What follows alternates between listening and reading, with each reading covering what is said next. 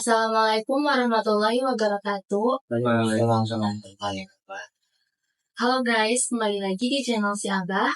Kali ini kita akan membahas tentang apakah menjual produk KW atau tiruan merek terkenal itu melanggar hukum. Sebelumnya saya Viola Melati dan kedua teman saya Dina Nur Aini. Saya Riki Ramadhani. Untuk membahas tentang materi pada hari ini, kita bersama dengan dosen pengampu mata kuliah hukum bisnis yaitu Abah Abdillasani SHMSI. Untuk mempersingkat waktu, kita akan menanyakan nih ke Abah tentang apakah menjual produk KW atau tiruan merek terkenal itu melanggar secara hukum. Bagaimana pendapat dari Abah? Pertanyaan kedua, apakah produk KW itu merugikan perusahaan aslinya? Merek asli. Pertanyaan ketiga, baru saya mau nanya, kan stok produk ketika didaftarkan ke hak Pendagon dan bisa di-copy. Tetapi gimana kalau misalkan kita mendaftar di HAPI dengan brand juta, terus ada pihak lain juga sama mendaftarkan dengan brand sama, itu gimana Mbak? Solusinya? Oke, baik, pertanyaan yang sangat related dengan mata kuliah hukum khusus ya. Sekaligus ini menjawab keraguan sesama dosen yang mengatakan bahwa diskusi kita ini tidak ada kaitannya dengan mata kuliah. Ya, padahal justru apa yang kita lakukan itu adalah untuk lebih memperjelas materi dan karena kalau dikelaskan boleh dikatakan materi secara umum, ya kan? Lalu kemudian melalui diskusi ini per item itu ditulis. Seperti kami sekarang bertanya tentang pendatangan pada hal.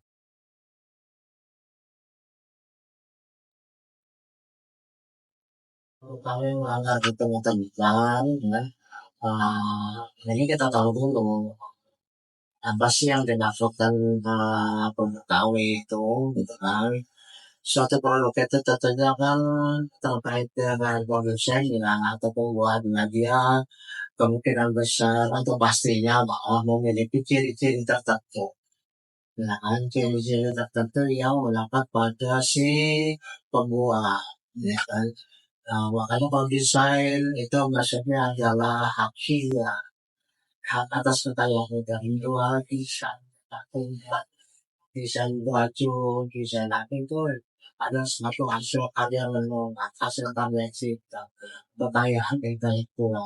Maka hasil dari pemikiran, hasil dari renungan itu bisa didapatkan untuk dilindungi oleh negara.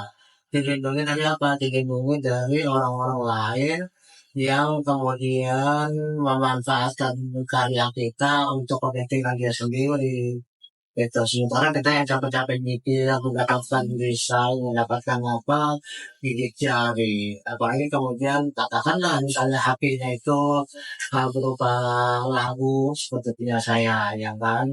Saya mencinta gitu, dapat sampai seratus supir, tapi tiba-tiba yang mempopulerkan orang lain, dia jadi hits, kemudian dia dapat cuan.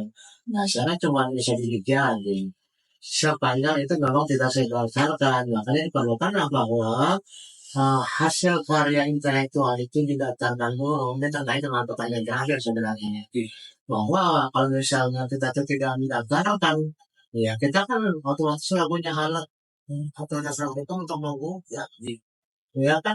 Apa alasannya Anda menggugat? Saya pemiliknya, ya buktikan.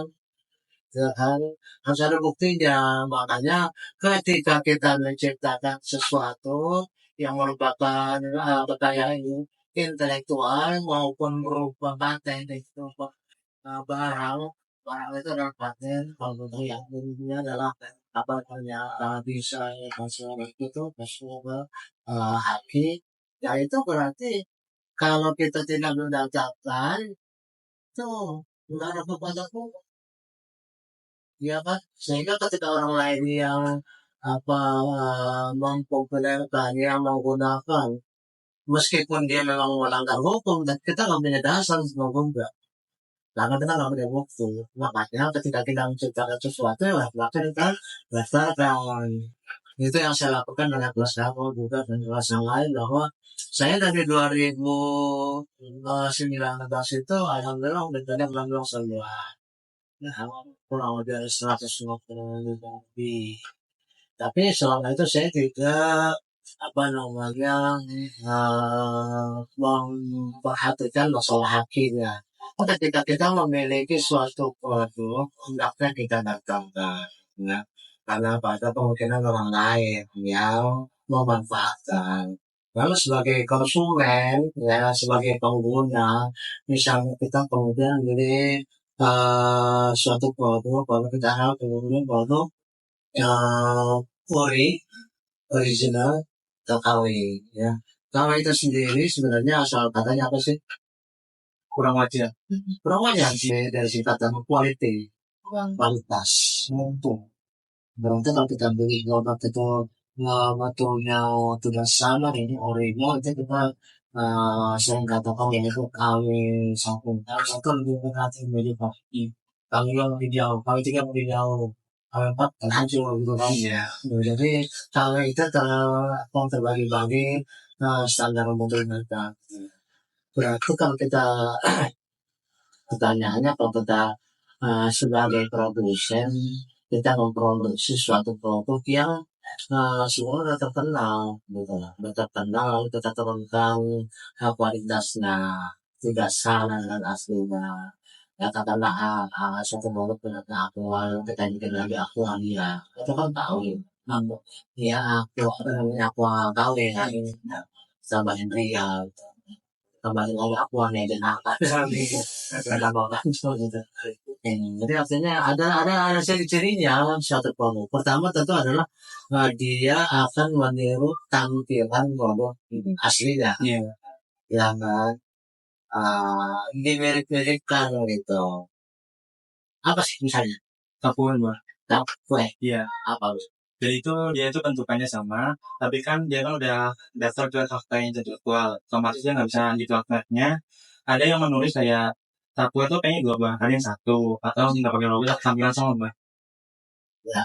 Ada juga misalnya sepatu, Adidas, pakai Adidas.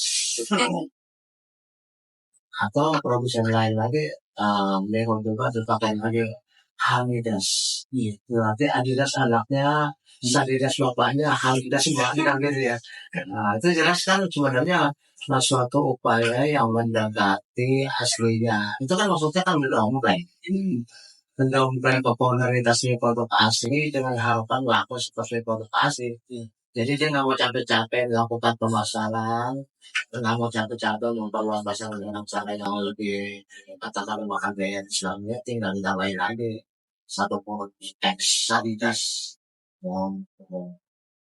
Jelas dia meniru produk asli dengan harapan mendompleng produk tersebut, nama yang sudah terbangun itu ya, supaya dia punya produk juga selaku produk asli ya, gitu. Apakah kalian turunin apanya? Yang jelas bahwa produk Polri dengan produk KW ya ini pasti beda, gitu ya. Yang kedua, biasanya produk KW itu dijual tanpa izin dari merek. Makanya kemudian itu disebut sebagai ilegal ya. Dijual tanpa izin dari pemilik merek, tapi kemudian pakai merek tapi di kotak-katin gitu kan. Ada juga Nike kan tulisannya Nike ya. Dan tapi kemudian dia pernah bikin tulisannya Nike kan gitu, lagi gunung gitu, Nike. Apa tadi kalau tak perlu mungkin apa P-nya 2 tak, atau mungkin tapi bukan wae tapi gue udah ya, macam-macam aja ada maksud untuk gitu. Dan yang ketiga, dibandingkan morinya, itu kemungkinan kan harganya beda. Benar, Mbak. Jauh di pasaran, jauh di bawah harga asli dari produk yang asli gitu. Misalnya apa tuh? Misalnya Samsung, aslinya berapa? Terus KW-nya berapa? KW-nya juga kan berapa? Iya. Oke, kemudian pastinya kalau produk KW itu menjadikan produk itu tidak terjalin keamanannya juga. Ya kan, misalnya kalau produk asli dari suatu keramik itu kan sudah diteliti banget, ada penelitian bantuannya, Iya. sehingga dia tidak aman. Tapi mungkin kalau yang KW itu ada ujung-ujungnya yang masih tajam gitu kan, sehingga nanti orang kalau kesenggol aja luka gitu, jadi suatu kuresan ya kan. Itu berarti tidak ada jaminan bahwa produk tersebut adalah suatu produk yang memiliki jaminan keamanan. Koleksi sesuai dengan undang-undang perlindungan konsumen itu bermaksud atau bertujuan untuk supaya konsumen mendapatkan hasil produksi yang sebaik mungkin. Jangan sampai ada kecurangan-kecurangan yang dilakukan oleh produsen mengambil keuntungan yang tidak sewajarnya dari produk yang dia buat gitu. Nanti jadi sebelumnya kalau mau ada kawin di kelompok produsen lain tanpa izin dari produsen asli ya, tapi kalau ada tapi kalau misalnya ada produk lain yang dibuat oleh produsen yang sama dan di sini menjelaskan ini ada kawin, ada asli, ada kawin saja kalau gimana di sini yang buat dari itu banget. Nanti desa-desa di sini juga mungkin ada. Kira begitu. Baik, dari diskusi ini kita bisa melihat berbagai sudut pandang yang saling melengkapi. Semoga apa yang kita bahas bisa memperluas wawasan dan membantu dalam memahami materi. Terima kasih untuk perhatiannya dan partisipasinya. Wassalamualaikum warahmatullahi wabarakatuh.